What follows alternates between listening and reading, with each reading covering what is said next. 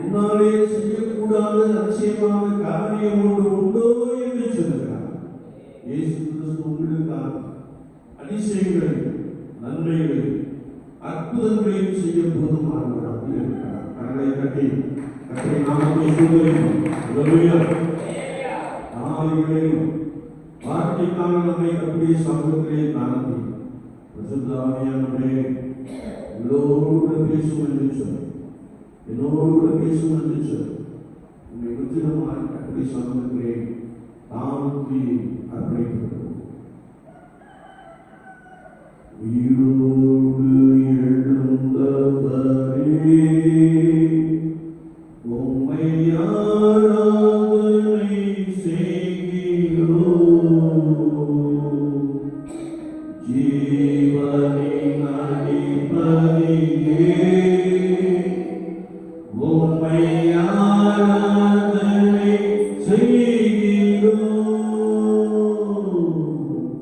உயிரோடு எழுந்தவரே உம்மை ஆராதனை செய்கிறோம். ஜீவனின் அதிபதியே உம்மை ஆராதனை செய்கிறோம். அல்லேலூயா ஓசன்னா, அல்லேலூயா ஓசன்னா, அல்லேலூயா ஓசன்னா, அல்லேலூயா ஓசன்னா, அல்லேலூயா ஓசன்னா. சத்தமாய் அல்லேலூயா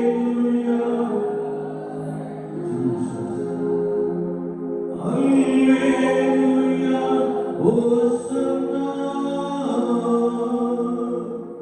அல்லேலூயா ஓசன்னா. மரணத்தை ஜெயித்தவரே உம்மை ஆராதனை செய்கிறோம். பாதாளம் வென்றவரே உம்மை ஆராதனை செய்கிறோம். மரணத்தை ஜெயித்தவரே உம்மை ஆராதனை செய்கிறோம். பாதாளம் வென்றவரே உம்மை ஆராதனை செய்கிறோம். அல்லேலூயா ஓசன்னா. சத்தமாய் பாடுவோம். அல்லேலூயா ஓசன்னா, அல்லேலூயா ஓசன்னா, அல்லேலூயா ஓசன்னா, அல்லேலூயா ஓசன்னா, அல்லேலூயா ஓசன்னா, அல்லேலூயா ஓசன்னா, அல்லேலூயா ஓசன்னா.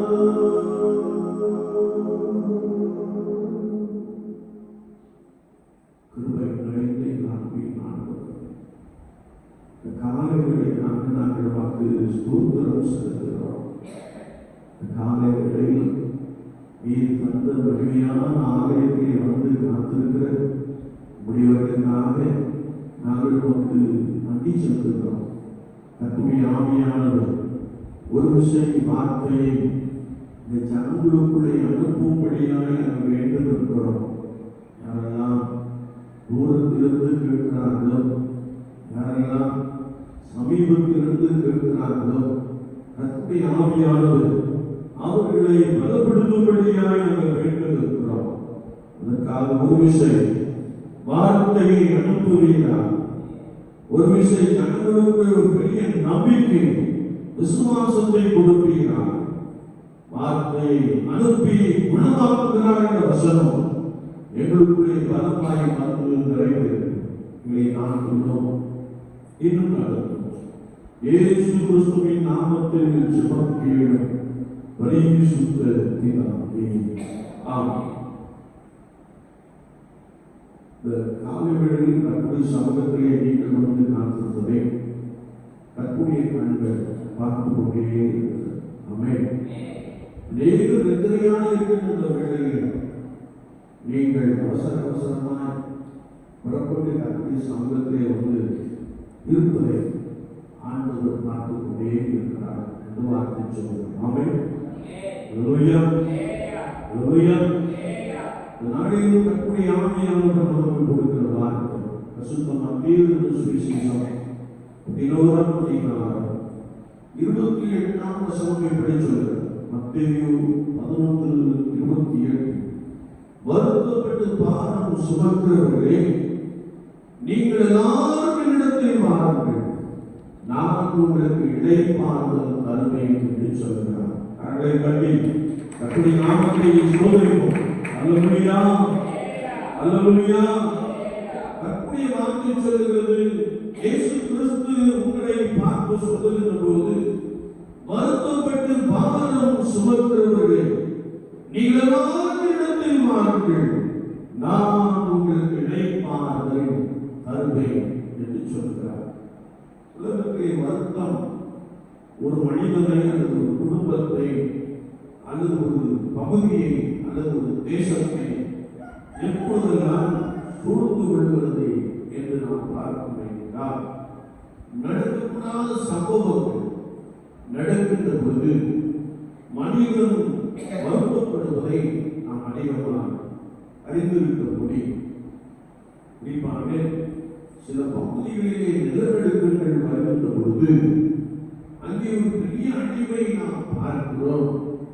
வருத்தங்கள் மனுக்குலத்தை கவ்விக்கொண்டிருப்பதை அல்லது அவர்கள் படுகின்ற பாடுகளிலே நாம் மிகவும் சோர்ந்து போகிற ஒரு நபராய், பாரம் சுமக்கிற ஒரு நபராய் மாறிவிடுவதை நாம் காண முடியும்.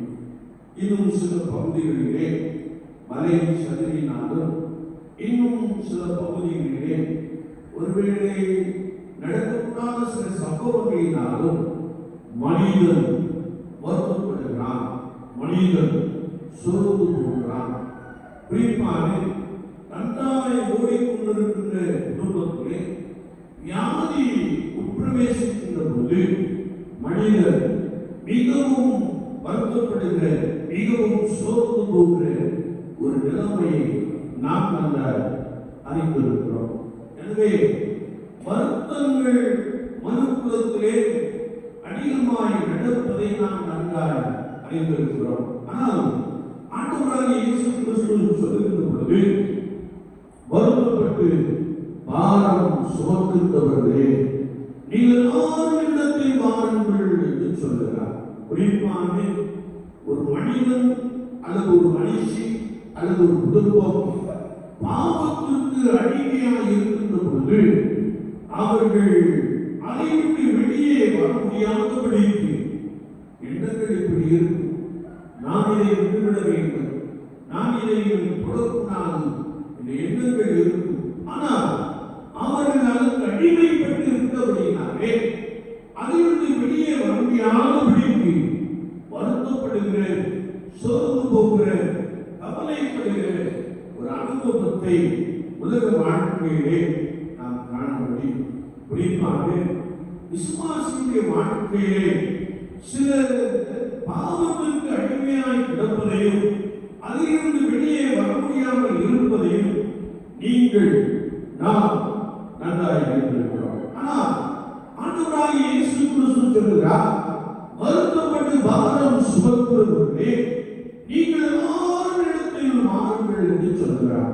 இயேசு கிறிஸ்துவண்டை எந்த ஒரு மனிதன், எந்த ஒரு குடும்பம் வருகின்றதோ அவர்களுக்கு அவர் இளைப்பாறுதலை கொடுக்கிறார், அவர்களுக்கு அவர் ரட்சிப்பை கொடுக்கிறார், அவர்களுக்கு அவர் விடுதலையை கொடுக்கிறார் என்று வார்த்தை நமக்கு தெரியுமாய் கற்றுக் கொடுக்கிறார். எனவே இயேசு கிறிஸ்து எப்பொழுது நம்மை என்ன செய்கிறார்? அழைத்துக் கொண்டே இருக்கிறார். பல விதங்களிலே நமக்கு அழைப்பை கொடுத்து கொண்டே இருக்கிறார். நான் அந்த அழைப்பை ஏற்றுக்கொள்ளுகின்ற பொழுது ஆண்டவர் நான் நடுவிலே நம்மோடு இருந்து பெரிய காரியங்களை செய்ய, பெரிய விடுதலையை கொடுக்க, மிகப்பெரிய இளைப்பாறுதலை கொடுக்க, மிகப்பெரிய அற்புதங்களை செய்ய அவர் போதுமானவராக இருக்கிறார். கடமை கட்டி நம்முடைய நாமத்தை சோதனையும். அல்லேலூயா, அல்லேலூயா. என்னை கேட்டுக் கொண்டிருக்கிற அன்பு சகோதரனே, சகோதரியே, உனக்கு எவ்வளவு பெரிய பலவீனங்கள் காணப்பட்டாலும், எவ்வளவு பெரிய சோதனைகள் காணப்பட்டாலும், இயேசுவண்டை வருகின்ற பொழுது இயேசு கிறிஸ்துவுடைய வாழ்க்கையிலே ஒரு புதிய அத்தியாயத்தை, ஒரு புதிய காரியத்தை, ஒரு புதிய அனுபவத்தை, ஒரு நவமான இருதயத்தை கொடுக்க போதுமானவராக இருக்கிறார். ஆமென். எத்தனை பேர் விசுவாசிக்கிறீங்க? அல்லேலூயா, அல்லேலூயா. நாம் பாவத்தின் புத்தகம் 26 அதிகாரத்தை நாம் எடுத்துக்கொள்கின்ற போது அங்கே கர்த்தருடைய வார்த்தை சொல்கிறது, இஸ்ரவேல் ஜனங்கள் எகிப்தின் தேசத்திலே அடிமைகளாக வாழ்ந்த ஒரு காட்சியை நாம் பார்க்க முடியும்.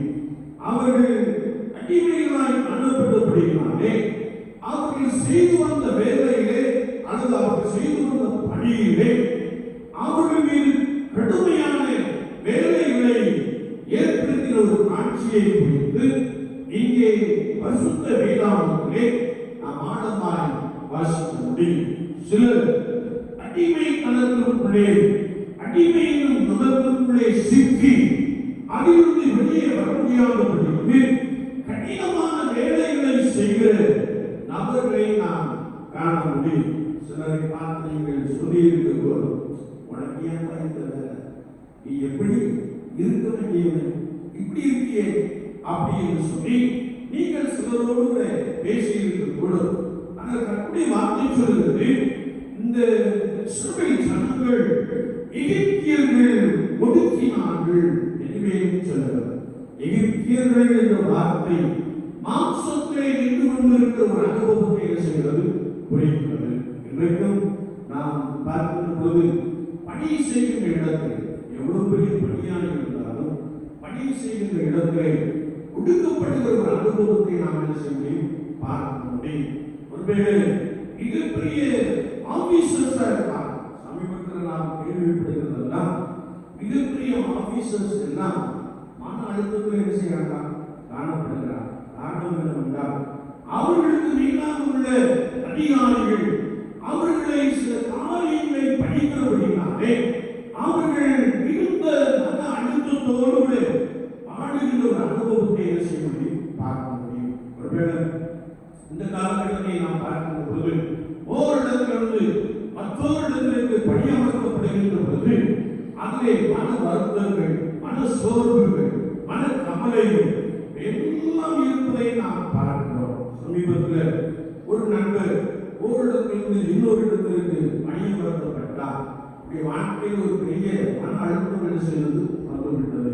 என்னடா வருஷத்துக்கு இருக்கா நம்ம செய்ய வேண்டியதற்கு மாறி போக வேண்டியிருக்கிறது என்று சொல்லி கவலையோடு அவர் பிரயாணப்பட்ட போது தனக்கு முன்பதாக இருக்கிற காரியத்தை அவர் அறியாதபடிக்கு மிகப்பெரிய விபத்தை என்ன செய்தார்? மாட்டிக்கொண்டார். ஒருவேளை டூவீலருக்கு போயிட்டே இருந்தார், விபத்து நடந்தது. இன்றைக்கு அவர் ஒருவேளை அடுத்த படுக்கையாக என்ன செய்கிறார்? இருக்கிறார்.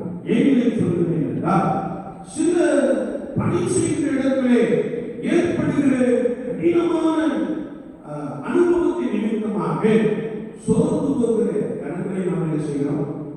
பார்க்கிறோம். எகிப்தியர்கள் மிகவும் கடினமான ஒரு பணியை செய்தார்கள் என்று வேதம் சொல்லுகிறது. நாம் இங்கே பாகத்தின் புத்தகம் 26ஆம் அதிகாரம் 6ஆம் வசனத்தை நாம் வாசிக்கின்ற போது, எகிப்தியர்களை ஒடுக்கி எங்களை சிறுமைப்படுத்தி எங்களுடைய கடினமான வேலையை சுமத்தின போது என்று வேதம் சொல்லுகிறார். ஒருவேளை கடினமான பணிகள் நாம் செய்கின்ற பொழுது அதிலே வேதனைப்படுகின்ற ஒரு அனுபவத்தை நாம் பார்க்க முடியும். சமீபத்தில் சிலர் என்னோடு கூட பேசுகிற பொழுது, எங்களுடைய கண்ணீருக்கெல்லாம் நிச்சயமா என்ன உண்டு? பதில் உண்டு. ஆண்டவர் நிச்சயமாக பதில் செய்வார். நாங்கள் அற்பமாய் கண்ணீர் வடிக்கிறோம் என்று சொல்லி சிலர் என்னோடு கூட கைபேசியின் மூலமாக பேசிக் கொண்டார். வேதத்தை நாம் வாசிக்கின்ற பொழுது, எந்த ஒரு மனிதன் மீது கடினமான பணி அமர்த்தப்படுகிறதோ அவர் கர்த்தரை நோக்கி பார்க்கிறார். இங்கே எகிப்தியர்கள் சிறுமைப்படுத்தப்பட்டார்கள், ஒடுக்கப்பட்டார்கள், கடினமான வேலைகளை செய்தார்கள். எனவே அப்படிப்பட்ட சூழ்நிலையிலே எங்கள் பிதாக்களின் தேவனாகிய கர்த்தரை நோக்கி கூப்பிட்டோம்.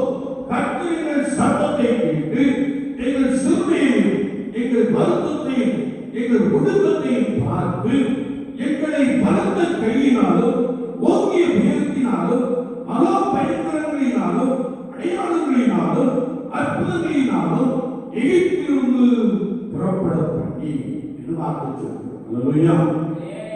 என்னை கேட்டுக்கொண்டிருக்கிற என் அன்பு சகோதரனே, சகோதரியே, விசுவாச வாழ்க்கையிலே நீ கடினமான பாதையில் சென்று கொண்டிருக்கலாம். ஆனால் கர்த்தருடைய வார்த்தை சொல்கிறது, அப்படிப்பட்ட சூழ்நிலையிலே நீ கர்த்தராகிய இயேசு கிறிஸ்துவை நோக்கி பார்க்கின்ற பொழுது அவர் உன் சிறுமையை பார்க்கிறார், அவர் உன் தவிப்பை பார்க்கிறார். கர்த்தருடைய வார்த்தையை நாம் வாசிக்கிறோமோ அவர் உன்னை மீட்டுக் கொள்கிறார். கர்த்தரை தட்டினபடி நாமத்தை சொல்கிறோம். அல்லேலூயா, அல்லேலூயா. அவர் உனக்குள்ளே மிகப்பெரிய அற்புதங்களை செய்ய போதுமானவராக இருக்கிறார் என்பதை குறித்து வார்த்தை நமக்கு மிக தெளிவாக கற்றுக் கொடுக்கிறார். அப்படி என்றால் நாம் சிறுமைப்படுகின்ற பொழுது, நாம் வேதனைப்படுகின்ற பொழுது, நாம் வருத்தப்படுகின்ற பொழுது நாம் கர்த்தரை நோக்கி கூப்பிட வேண்டும் என்று சொல்லி வசனம் நமக்கு மிக ஆழமாக கற்றுக் கொடுக்கிறார். ஆமென், அல்லேலூயா. நீங்கள் கர்த்தரை நோக்கி கூப்பிடுகின்ற பொழுது அவர்களுடைய வாழ்க்கையிலே மிகப்பெரிய நன்மைகளை, வாழ்க்கையிலே காணப்படுகிற சோர்வுகளை, சுருமையை, தடைகளை எடுத்து போட்டு உங்களுக்கு ஒரு புதிய அனுபவத்தை, ஒரு விடுதலையின் வாழ்வை கொடுக்க போதுமானவராக இருக்கிறார். குறிப்பாக நீங்கள் பாவத்திற்கு அடிமைப்பட்டு கிடக்கிறீர்கள் என்றால் நீங்கள் கர்த்தரை நோக்கி கூப்பிடுகின்ற பொழுது அவர் சிலுவையிலே சிந்தின ரத்தத்தினாலே உங்களை கழுவி சுத்திகரித்து அவர் உங்களுக்கு ஒரு மீட்பை உண்டு பண்ணி உங்களை பாவத்திலிருந்து விடுவிக்கிறவராக இருக்கிறார். கரங்களை தட்டி கர்த்தருடைய நாமத்தை ஸ்தோத்திரிப்போம். அல்லேலூயா, அல்லேலூயா. வேதம் சொல்லுகிறது, வருத்தப்பட்டு பாவம் சுமக்கிறவர்களே எல்லாரும் இயேசுவிடத்தில் என்ன செய்யுங்கள், வாருங்கள் என்று வார்த்தை நமக்கு மிக தெளிவாக கற்றுக் கொடுக்கிறது. விசுவாச வாழ்க்கையிலே நான் யாரை நோக்கி பார்க்கிறேன், எதற்காக நோக்கி பார்க்கிறேன் என்ற அந்த சிந்தையோடு நாம் கர்த்தரை நோக்கி பார்க்கின்ற பொழுது அவருடைய வாழ்க்கையிலே பலத்த அற்புதங்களை செய்கிறார். யோபுவின் புத்தகம் 5ஆம் அதிகாரத்தை நாம் திருப்பிக் கொள்கின்ற பொழுது அங்கே கர்த்தருடைய வார்த்தை சொல்லுகிறது. 7ஆம் வசனத்திலே அக்கினி பொறிகள் மேலே பறக்கிறது போல மனுஷன் வருத்தம் அனுபவிக்க பிறந்திருக்கிறான். ஆனாலும் நான் தேவனை நாடி என் நியாயத்தை தேவனிடத்தில் ஒப்புவிப்பேன். அவர் ஆராய்ந்து முடியாத பெரிய காரியங்களையும் எண்ணி முடியாத அதிசயங்களையும் செய்கிறார். அல்லேலூயா, அல்லேலூயா. வருத்தத்தில் இருக்கக்கூடிய வார்த்தை என்னன்னா, நன்றாயிருக்கிற மனிதன் சடுதியா ஒருவேளை நோயிலே படுத்துவதுதான் ஒரு பெரிய சோதனை. சிலர் சொல்லிக் கொண்டு புலம்பிக் கொண்டிருக்கிறார், எங்களுக்கு இந்த சோதனை என்று சொல்லி. ஆனால் கர்த்தருடைய வார்த்தையை நாம் வாசிக்கின்ற போது யோபுவை குறித்து வேதம் சொல்லுகிறது. யோபு கர்த்தருக்கு முன்பதாக உத்தமனும் சன்மார்க்கனும் தேவனுக்கு பயந்து பொல்லாப்புக்கு விலகிறவனுமாக இருந்தான். யோபுவை குறித்து வேதம் சொல்லுகிறது. யோபுவை குறித்து ஆண்டவர் சொல்லுகிறார், அவன் எனக்கு பயந்த ஒரு மனுஷன், அவன் எனக்கு பயந்து வாழ்ந்த ஒரு மனுஷன் என்பதை குறித்து நாம் யோபுவின் புத்தகம் 1ஆம் அதிகாரம் 1ஆம் வசனத்திலே தெளிவாக வாசிக்க முடியும்.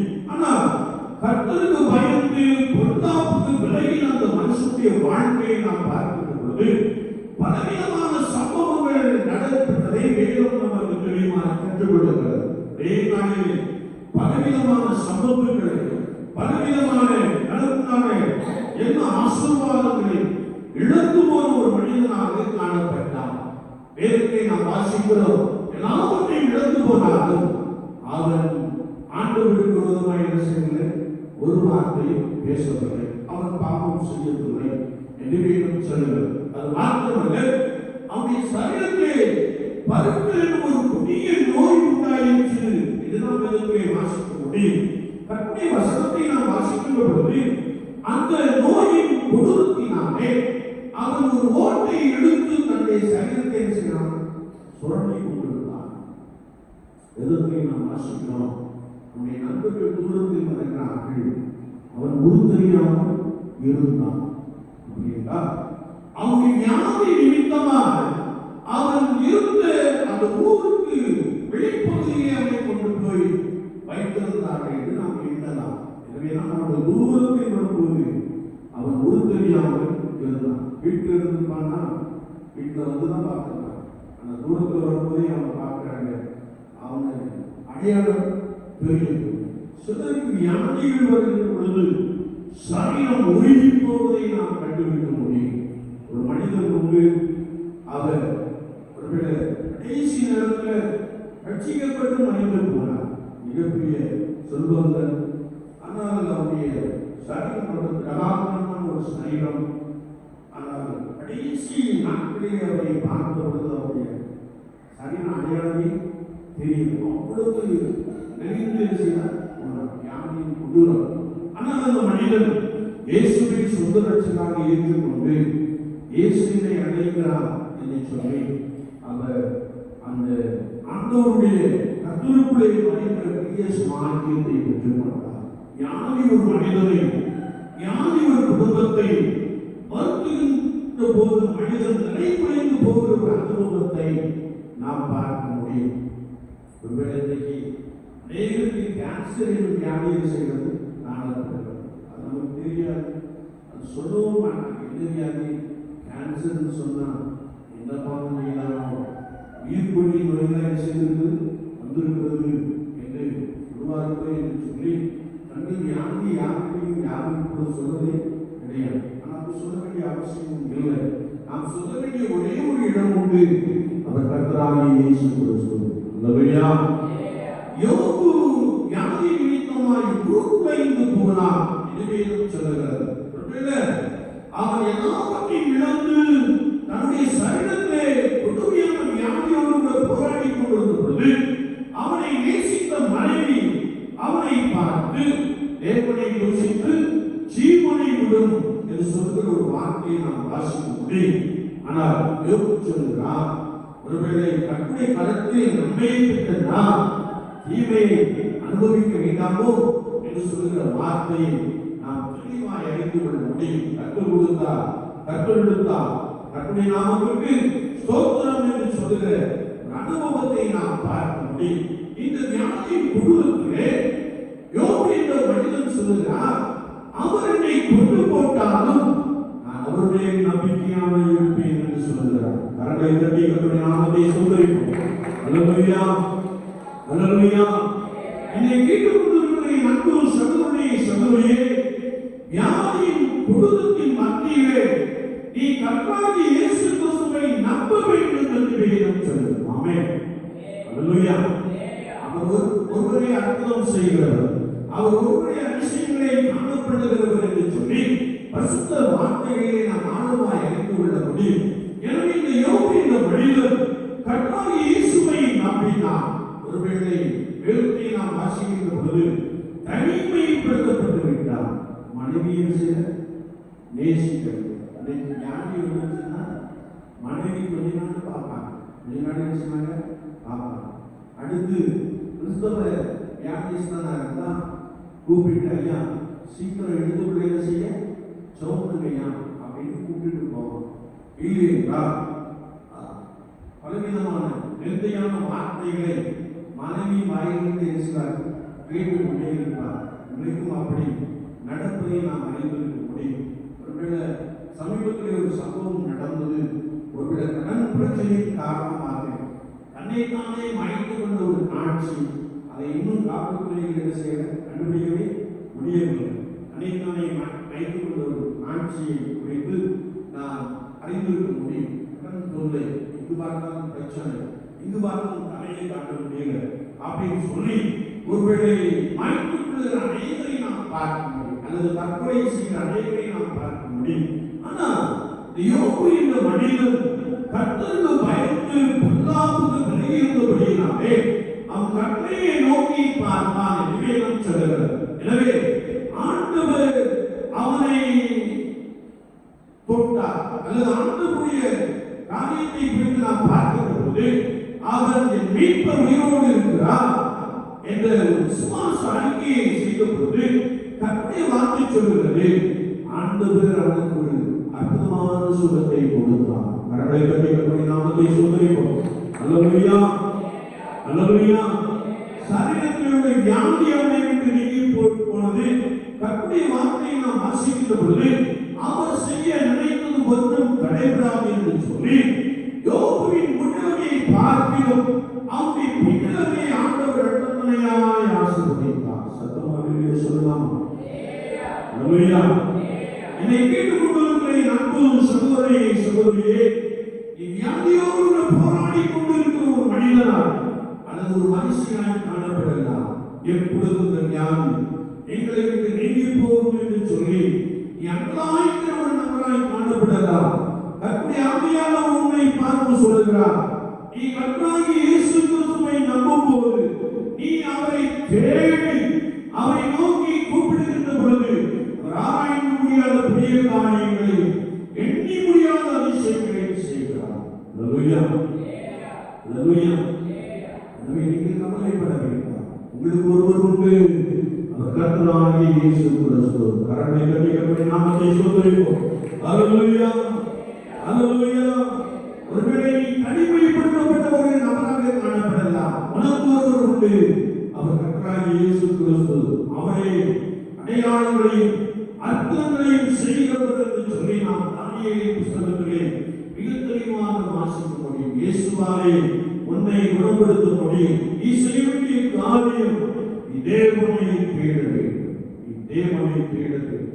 யோபு 5 நாம் வாசிக்கின்ற பொழுது, ஆனாலும் நான் தேவனை தேடி என் நியாயத்தை தேவனிடத்தில் ஒப்புவிப்பேன், அவர் ஆராய்ந்து முடியாத பெரிய காரியங்களையும் எண்ணி முடியாத அதிசயங்களையும் செய்கிறார்.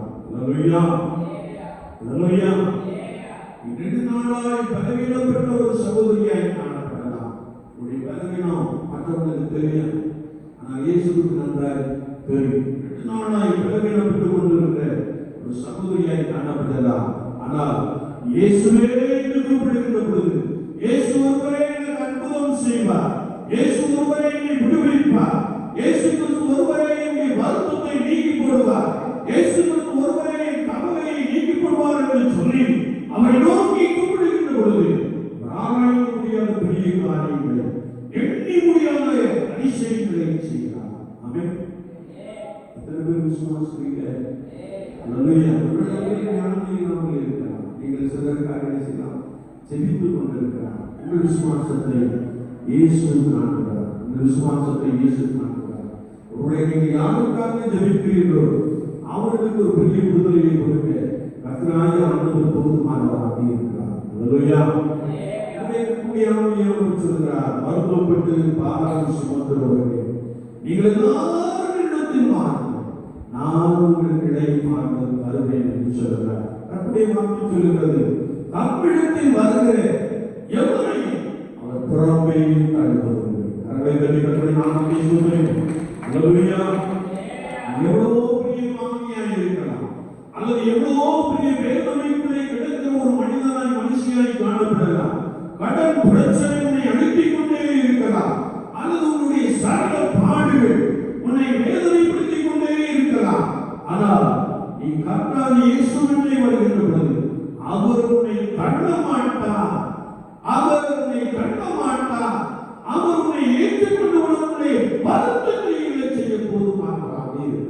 அல்லேலூயா, அல்லேலூயா. தம்மண்டை வருகிற எவரையும் அவர் புறம்பே தள்ளுவதில்லை. கர்த்தருடைய ஆவியானவர் உன்னை பார்த்து சொல்லுகிறார், நான் உன்னை விட்டு விலகுவதும் இல்லை, உன்னை கைவிடுவதும் இல்லை என்று சொல்லுகிறார். கரங்களை தட்டி கர்த்தருடைய நாமத்தை சொல்லுகிறோம். அல்லேலூயா, அல்லேலூயா. என்னை கேட்டுக் கொண்டிருக்கிற என் அன்பு சகோதரனே, சகோதரியே, விலகாத ஒரு நேசர் உண்டு, கைவிடாத ஒரு நேசர் உண்டு. அவர் கர்த்தராகிய இயேசு கிறிஸ்து.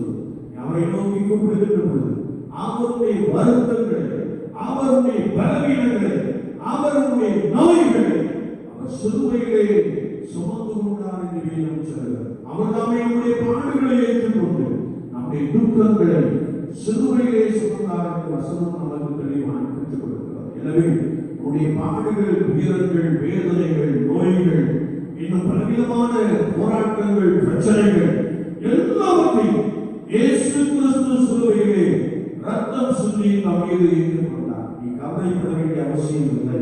நீ கர்த்தராகிய இயேசு கிறிஸ்துவை நோக்கி ஆண்டவரே ரட்சியும், ஆண்டவரே விடுவியும் என்று சொல்லி கூப்பிடுகின்ற பொழுது அவர் உன் சத்தத்தை கேட்கிறார். ஒருவருடைய ஒரு புதிய அனுபவத்தை, புதிய சந்தோஷத்தை, ஒரு புதிய மகிழ்ச்சியை தருகிறார். கர்த்தருடைய வார்த்தை சொல்கிறது, அவர் எங்களை பாலும் தேனும் ஓடுகின்ற தேசத்துக்கு அழைத்து செல்கிறார் என்று வார்த்தை சொல்கிறது. அல்லேலூயா. சமாதான தாம்பரத்திலே படுத்துக் கொள்கிற ஒரு அனுபவம், ஒரு மகிழ்ச்சியோடு ஒரு வாழ்கிற ஒரு அனுபவத்தை கர்த்தருடைய வாழ்க்கையிலே கொடுக்க போதுமானவராக இருக்கிறார்.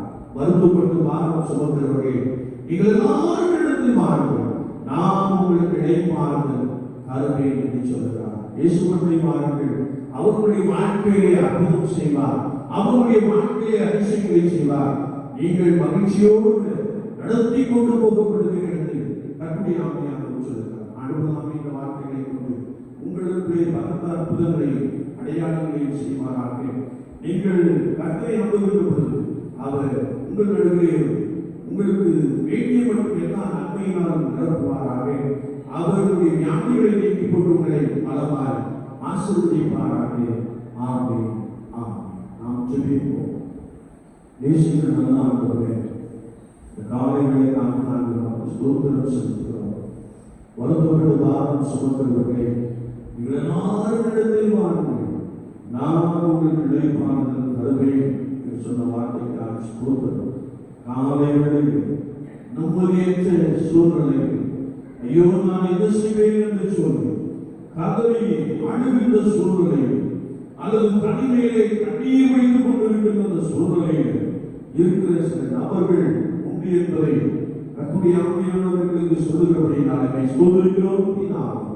அவர்கள் வசனத்தை விசுவாசித்து உம்மட்டை வருகின்ற பொழுது நீர் பலத்த அற்புதங்களை செய்கிறீர்கள், நீர் அதிசயங்களை செய்கிறீர்கள் என்ற நம்பிக்கையோடு நம்மை நோக்கி கூப்பிட கர்த்தர் அனுக்கிரகம் செய்யும்படியாக நாங்கள் வேண்டுதல் இருக்கிறோம்.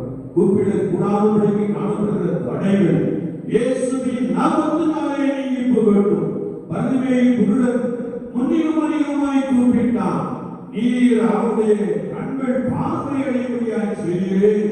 அப்படியே அதிகமாய் நீ நோக்கி கூப்பிடுகிற இயேசுவே என் தஞ்சம், இயேசு கிறிஸ்துவே என் அடைக்கலம், இயேசு கிறிஸ்துவே என் அற்புதம் செய்கிறவர் என்று சொல்லி உம்மை நோக்கி இந்த நாளை வேளையிலே கூப்பிடுகிற ஒவ்வொருவருக்கும் கர்த்தர் அற்புதங்களை செய்யும்படியாக நாங்கள் வேண்டுகிறோம். ஆனால் நான் தேவனை நாடி என் நியாயத்தை தேவனிடத்து ஒப்புவிப்பேன். ஆராய்ந்து முடியாத பெரிய காரியங்களை, எண்ணி முடியாத விஷயங்களை செய்கிறார் என்ற வார்த்தைக்காக நாங்கள் நமக்கு ஸ்தோத்திரம் செலுத்துகிறோம். யாரெல்லாம் முழு இதயத்தோடு நம்மை நோக்கி கூப்பிடுகிறார்களோ அவர்களுக்கு நீ போதுமானவராக இருக்கிறேன், அவர்களுக்கு பலத்த அர்த்தங்களை செய்கிறேன். நாங்கள் நமக்கு நன்றி செலுத்துகிறோம். யோபுவின் எல்லா இழப்புகளையும் ஆண்டவரே நீர் அழைத்து அவருமை நம்பியிருந்தபடியினால் அவருடைய முன்னிலையை பார்த்து பின்னிலைமை இரண்டத்தனையாய் ஆசீர்வதித்தீர். அதே பிரசன்னம், அதே வல்லமை ஆண்டவரே பாதிக்கப்பட்டுள்ள குடும்பங்களுக்குள்ளே பலமாய் இறங்கும்படியாய் நாங்கள் வேண்டுகிறோம். யாரை விலகிப்போ அற்புதங்களை செய்யும், பாவத்திலிருந்து விடுதலையை ஆகும், மகிழ்ச்சியோடு நமக்கு ஆராதனை செய்ய, மகிழ்ச்சியோடு நம்மை பின்பற்றி நடக்கக்கூடிய சத்துவத்தை தார். கிராமத்திற்கான ஸ்தோத்திரம். கிராமத்தில் எல்லா சகோதரர்களும் காரியத்தை கருத்திலே அர்ப்பணிக்கிறோம். கர்த்தர் பலப்படுத்தும். வேண்டிய மட்டும் எல்லா நன்மையின் ஆசீர்வாதங்களினால் நிரப்புவீராக. எங்கள் பிள்ளைகளை, எங்கள் பிள்ளைகளின் பிள்ளைகளை விசுவாசத்தோடு எங்களை கருத்திலே எழுதி நிற்கிறோம். ஆண்டவரே, எங்கள் பிள்ளைகளுமால் ஆசீர்வதிக்கப்பட்டிருக்க உம்மால் ஆண்டவரே நன்மைகளை கண்ணுடைய பரிசுத்த ஆண்டவர் அதிகமாய் உதவி செய்யும்படியாய் நாங்கள் வேண்டியிருக்கிறோம். தெய்வீக பிரசன்னம் ஆண்டவரே எங்கள் கிராமத்தை பலமாய் ஆட்கொள்ளட்டும். ஆண்டவரே உம்முடைய கிருபையினால் நேயர்களுடைய ஆரோக்கியம் உண்டாகட்டும். நேயர்களுடைய நவமான இருதயங்கள் உருவாகட்டும். எல்லாவற்றையும் கருத்திலே அர்ப்பணிக்கிறோம். எல்லா குடும்பத்தையும் கருத்திலே காணி அர்ப்பணிக்கிறோம். இந்த கிராமத்திலும் இந்த கிராமத்திற்கு வெளியிடங்களிலே வாசப்படுகிற எல்லா சகோதர குடும்பத்தாரையும் கரத்திலே அர்ப்பணிக்கிறோம். கர்த்தருடைய ஆவியானவர் தொடர்ந்து ஆசீர்வாதத்தினாலே நிரப்பி வழிநடத்துவீராக. அநேக ஆண்டுகள் பணி செய்த ஆசிரியர் குடும்பங்களுக்கு ஆண்டவரே நீர் ஒரு அப்புகளை கொடுத்தீரே, ஒரு ஸ்தோத்திரம் செலுத்துகிறோம். அநேக நன்மையை கண்டுகொண்டார்கள். நாங்கள் உமக்கு நன்றி செலுத்துகிறோம். நெடுநாளாய் காத்திருந்தவர்களுக்கு அதிசயங்களை காணப்பட்டிருக்கிறே நாங்கள் உம்மை ஸ்தோத்திரிக்கிறோம். கர்த்தர் இன்னும் பெரிய காரியங்களை செய்கிறார்கள். ஒவ்வொருவரின் திருக்கரத்தை அர்ப்பணிக்கிறோம். இந்த நாளிலும் இவர்களை வணங்கி கொள்ளும், உருவாக்கும், மேன்மைப்படுத்தி ஆசீர்வதிக்கிறோம். இயேசு கிறிஸ்துவின் நாமத்தில் ஜெபம் கேளும் பரிசுத்த பிதாவே. தேவனுடைய இரக்கமுள்ள கிருபைக்கும் பராமரிப்புக்கும் பாதுகாப்புக்கும் உங்களை ஒப்புக்கொடுக்கிறோம். கர்த்தர் உங்களை ஆசீர்வதித்து நாங்கள் கர்த்தருடைய முகத்தை உங்கள் மேல் பிரகாசிக்க பண்ணி உங்கள் மேல் கிருபையாய் இருக்க கடவுள். கர்த்தருடைய முகத்தை உங்கள் மேல் பிரசன்னமாக்கி இப்பொழுதும் எப்பொழுதும் சமாதானம் கட்டளையிடுகிறார்.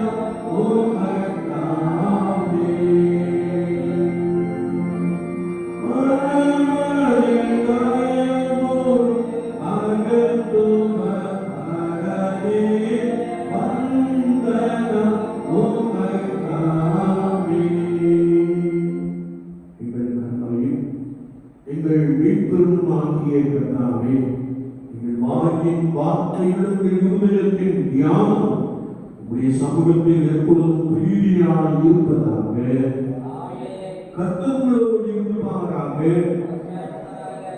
தேவ சமாதானத்தோடு போகிறோம். கர்த்தர் ஸ்தோத்திரம். கர்த்தரை ஆசீர்வதிக்கட்டும்.